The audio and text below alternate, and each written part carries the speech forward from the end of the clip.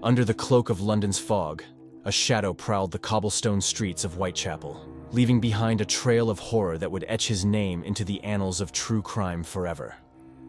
This is the tale of Jack the Ripper, the enigmatic specter whose gruesome spree in the autumn of 1888 unleashed a reign of terror upon the East End. With a blade that danced with deadly precision, he claimed the lives of women shrouded in mystery, taunting the police with letters that dripped with arrogance and bloodthirsty delight. As we delve into the heart of darkness that surrounds one of history's most notorious unsolved mysteries, we confront a question that has perplexed detectives, historians, and enthusiasts for over a century. Who was Jack the Ripper? Join us as we peel back the layers of this enduring enigma, exploring a labyrinth of theories and revelations that challenge everything we thought we knew.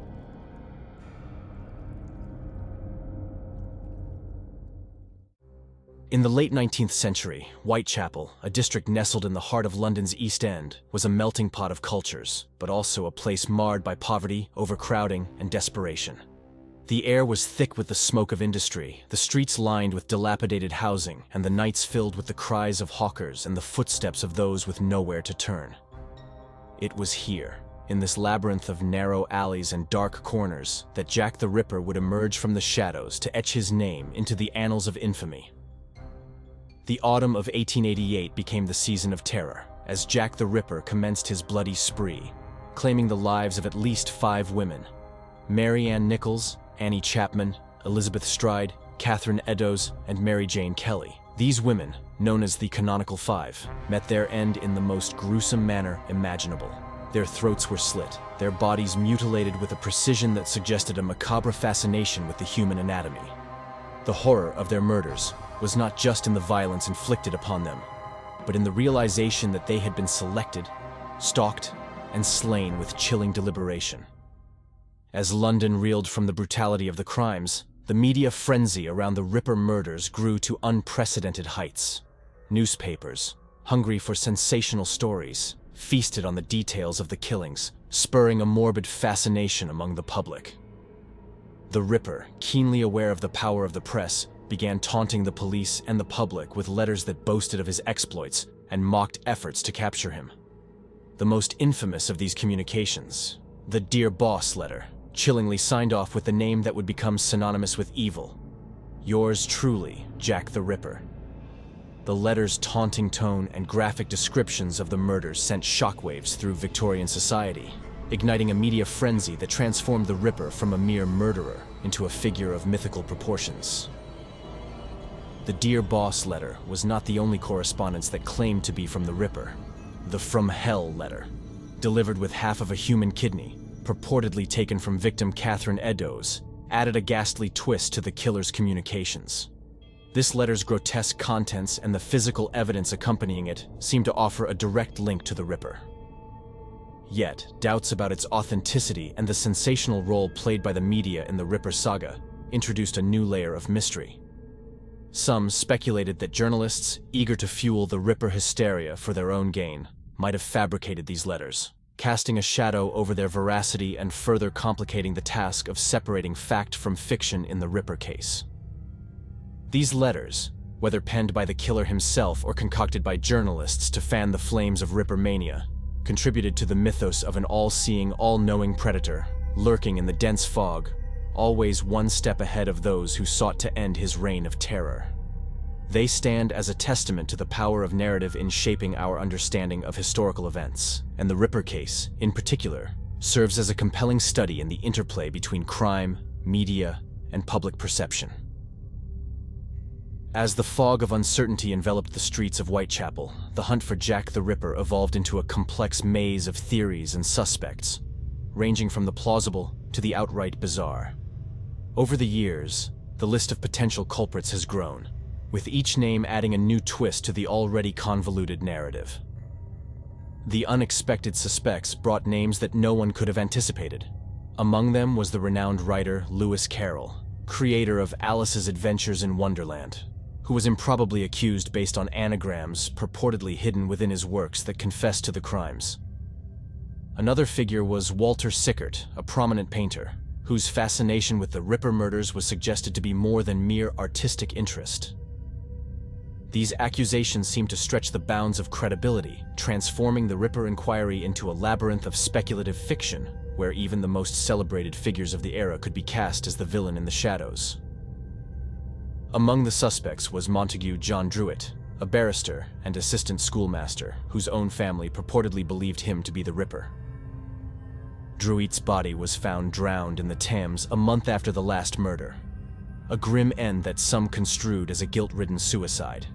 However, no concrete evidence could link him to the crimes. Then there was Aaron Kosminski, a Polish barber living in Whitechapel, who was committed to an asylum due to his deteriorating mental state. Kosminski's name surfaced with startling prominence when modern DNA analysis purportedly linked him to the Ripper crimes. A shawl, allegedly connected to victim Catherine Eddowes, bore traces of DNA that matched one of Kosminski's living relatives. This revelation sent shockwaves through the ripperology community, suggesting that after more than a century, the mystery might finally be solved. Yet, this claim was quickly mired in controversy. Questions about the shawl's provenance and the reliability of the DNA evidence clouded the certainty of Kosminski's guilt, leaving the door wide open for further speculation. Among the more outlandish suspects was James Maybrick, a cotton merchant from Liverpool who became a candidate posthumously when a diary purportedly written by him confessed to the Ripper murders. The diary's authenticity has been hotly debated, with some claiming it to be a forgery, thus adding another layer of mystery to the Ripper saga. In a twist that challenged the prevailing narrative, some investigators proposed that Jack the Ripper might not have been a Jack at all, but rather a Jill. This theory suggested that the killer could have been a woman, possibly a midwife, who could move about Whitechapel unnoticed and explain away any bloodstains as part of her profession. While intriguing, this theory, too, lacks the solid evidence needed to elevate it beyond speculation. Perhaps the most sensational of all theories was the royal conspiracy, which implicated none other than the British royal family. According to this theory, the murders were orchestrated to cover up a scandalous affair between Prince Albert Victor, Duke of Clarence, and a prostitute Annie Crook. Proponents of this theory suggested that Sir William Gull, the Queen's physician, was enlisted to silence those who knew too much.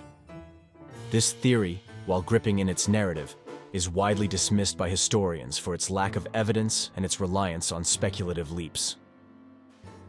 As the years have passed, the list of suspects has only grown, with each new theory bringing its own set of questions and contradictions.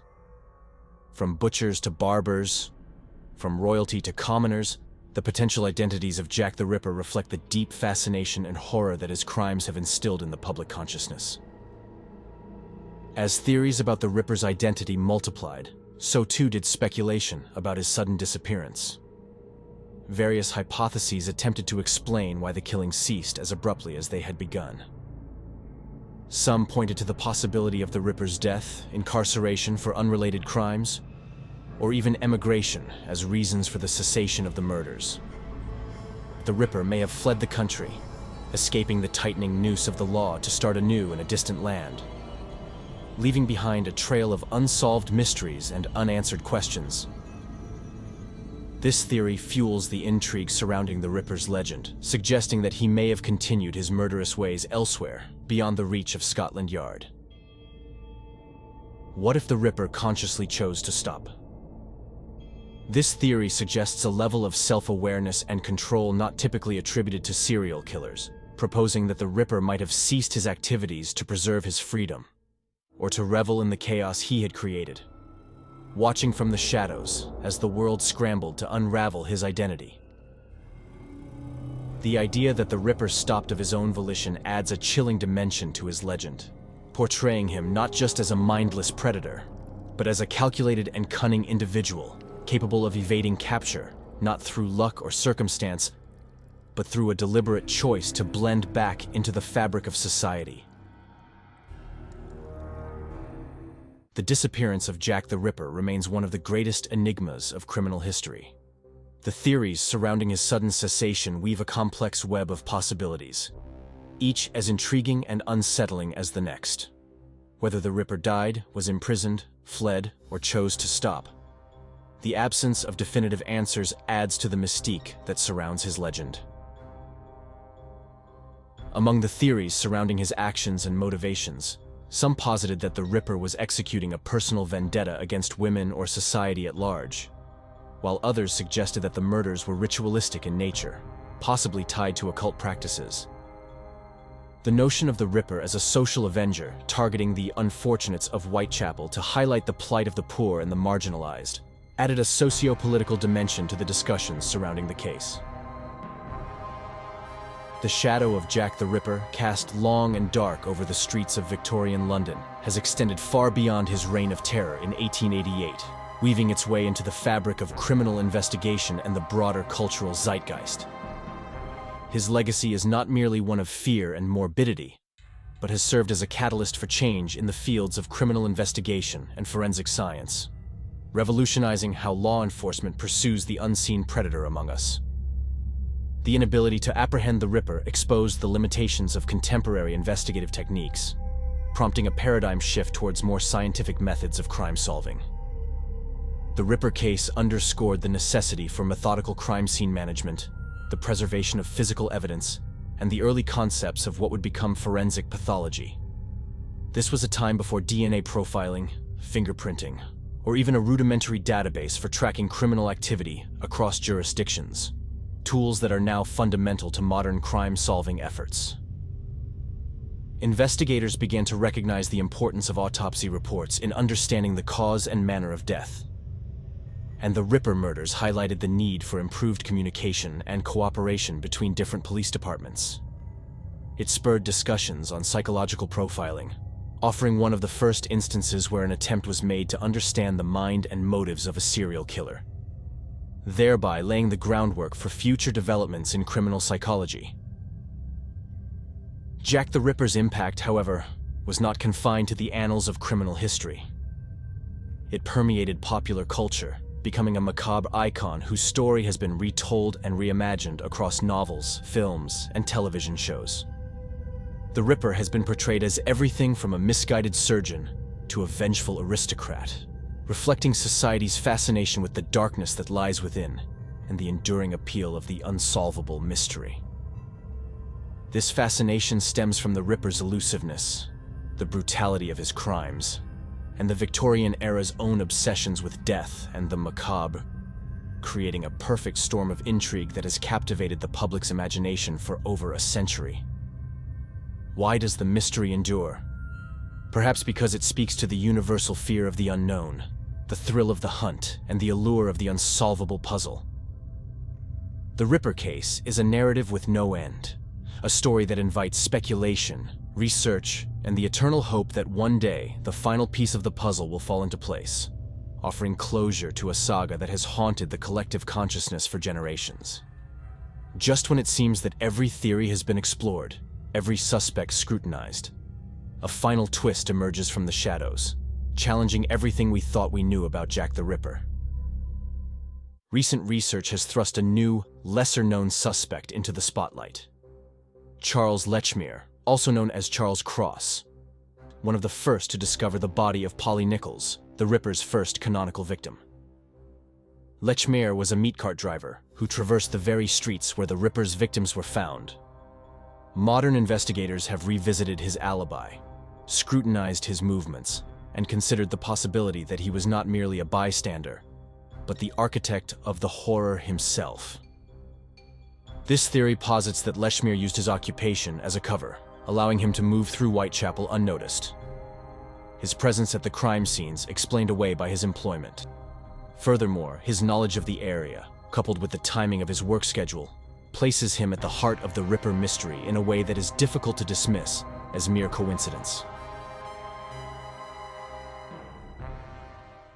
In March 2024, a remarkable chapter unfolded in the saga of Jack the Ripper, when a police file, kept within Inspector Joseph Henry Helson's family for 136 years, was unveiled to the public. This dossier, a tangible echo from the foggy nights of 1888, contains photographs, the chilling Saucy Jack postcard, and a letter bearing the infamous signature Jack the Ripper. Also included are a haunting photograph of Mary Nichols, the Ripper's first known victim, and personal artifacts of Inspector Helson, such as his handcuffs and retirement certificate. This collection bridges the gap between past and present, inviting us to ponder the undying intrigue surrounding London's most notorious phantom. The quest for answers is a beacon of hope that someday, perhaps, the dense fog that has enveloped this case will finally lift, revealing the face of the man known as Jack the Ripper. Now, step into the shoes of a detective. Examine the evidence and venture your own theories. Who do you believe was behind the infamous Jack the Ripper murders, and why? Is there a suspect or theory that you find more convincing? Or perhaps do you have a unique perspective that is yet to be explored? Share your thoughts and theories in the comments below. If this journey into the heart of darkness has captivated your imagination, give us a thumbs up. Share this video to kindle the flame of curiosity in others, and don't forget to subscribe to our channel. Join us again as we continue to unravel the tangled web of true crime and historical enigmas. Until next time, keep the mysteries alive.